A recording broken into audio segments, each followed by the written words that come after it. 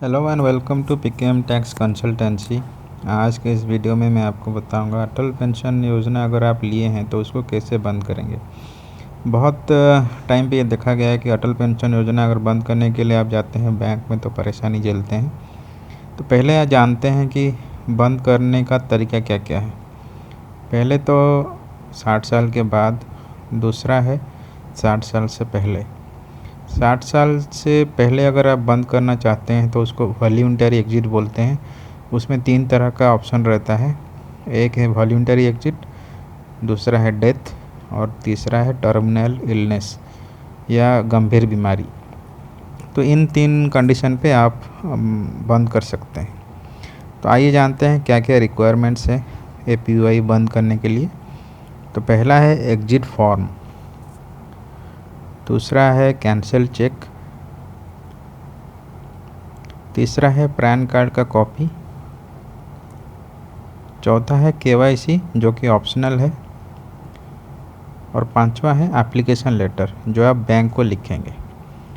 तो आप पहले गूगल में टाइप करिए एपीवाई, उस पर आपको लिंक आएगा, उस पर आप क्लिक करेंगे तो एनएसडीएल का ये पोर्टल खुलता है एपीवाई का, जिसमें सारा सर्कुलर्स, ब्रोश्योर्स, स्कीम डिटेल्स, फॉर्म्स और सर्विस प्रोवाइड सेंटर, बहुत सारे डिटेल्स यहाँ पे आते हैं।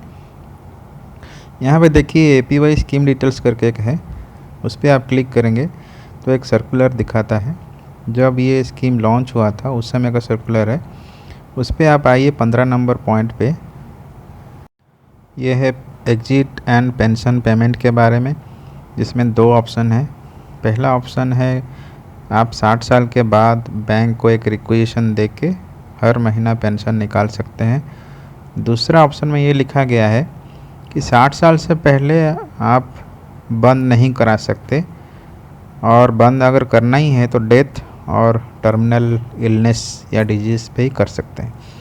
तो बहुत सारे बैंक वाले इस सर्कुलर का हवाला दे के कस्टमर को ये बोलते हैं कि अगर आप बंद करना चाहते हैं तो आपको 60 साल तक इंतज़ार करना पड़ेगा या डेथ तक इंतज़ार करना पड़ेगा।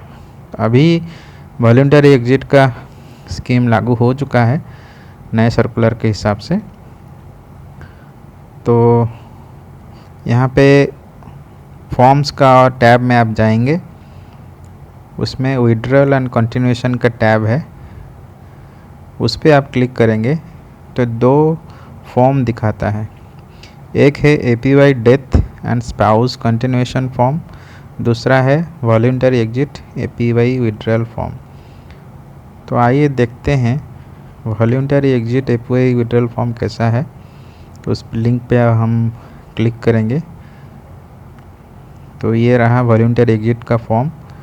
आप इस फॉर्म को यूज़ करके 60 साल से पहले एपीवाई खाता बंद कर सकते हैं।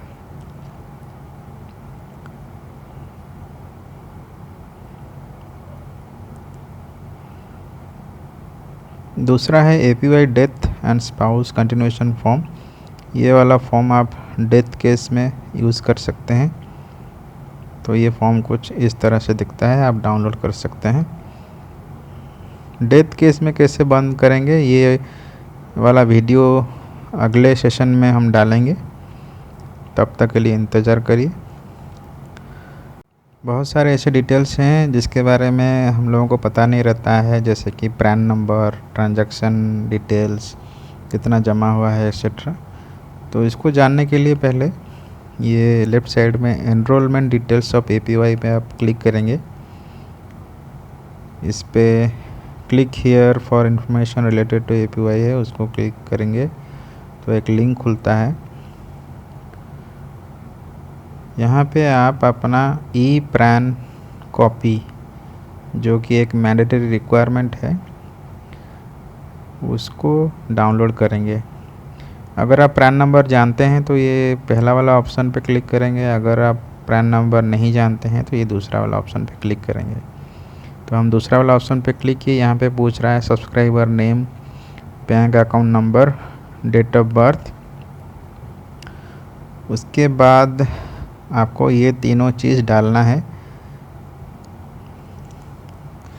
ये डाल के आप क्लिक करेंगे APY ई प्रान ऑप्शन पे, यहाँ पे कैप्चा डालेंगे, सबमिट करेंगे तो आपको पैन कार्ड का सॉफ्ट कॉपी दिखता है, जिस पे आपका सारा डिटेल्स रहता है, नाम, nominee, date of birth, PAN number, bank का नाम, कितना पेंशन आपको मिलेगा, ये सब।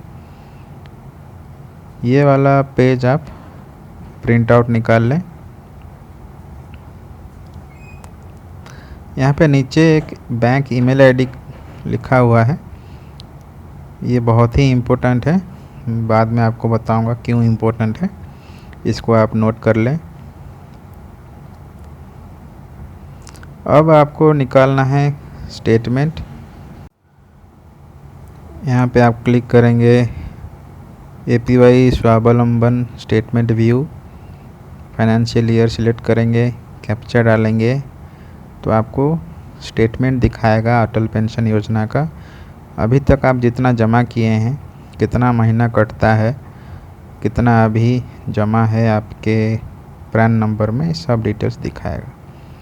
ये रहा ऊपर में सारा डिटेल्स। नीचे समरी में आपका कितना जमा है, यहाँ पे 4700 टोटल आप जमा किए हैं और आपका वैल्यू हो गया है 5800 समथिंग। यहाँ पे APY service provider bank address जो मैं हाईलाइट किया था, इसको आप नोट कर लें, ये भी बहुत इम्पोर्टेंट है, बाद में आपको पता चलेगा क्यों। तो आपका APY का ट्रांजैक्शन स्टेटमेंट कुछ इस तरह से दिखता है, इसको आप प्रिंट आउट निकाल लें।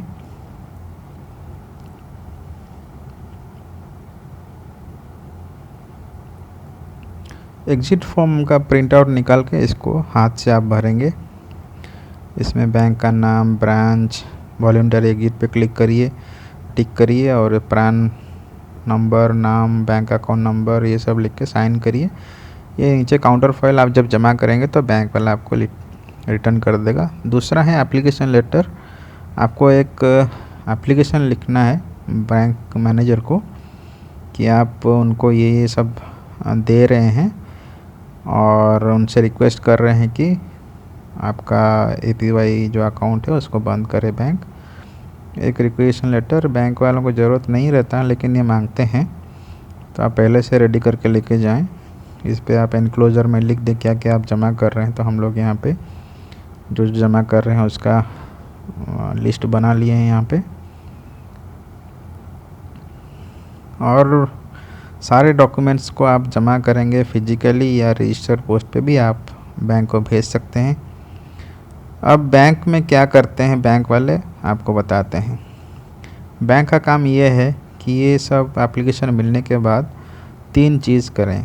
पहला, स्टैंडिंग इंस्ट्रक्शन डीएक्टिवेशन। दूसरा, जो एप्लीकेशन मिला है उनको स्कैन करके अटेस्टेड करना है पहले, उसके बाद स्कैन करके और एक ईमेल आईडी पे भेजना है उनका जो APY सर्विस प्रोवाइडर ब्रांच है वहाँ पे।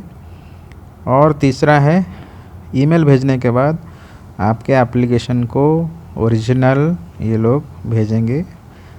आपके एप्लीकेशन का स्कैन कॉपी ईमेल करने के लिए जो ईमेल आईडी ज़रूरत है ये मिल जाएगा उनको ई प्रान कॉपी में, जो मैं आपको पहले निकाल के दिखाया था।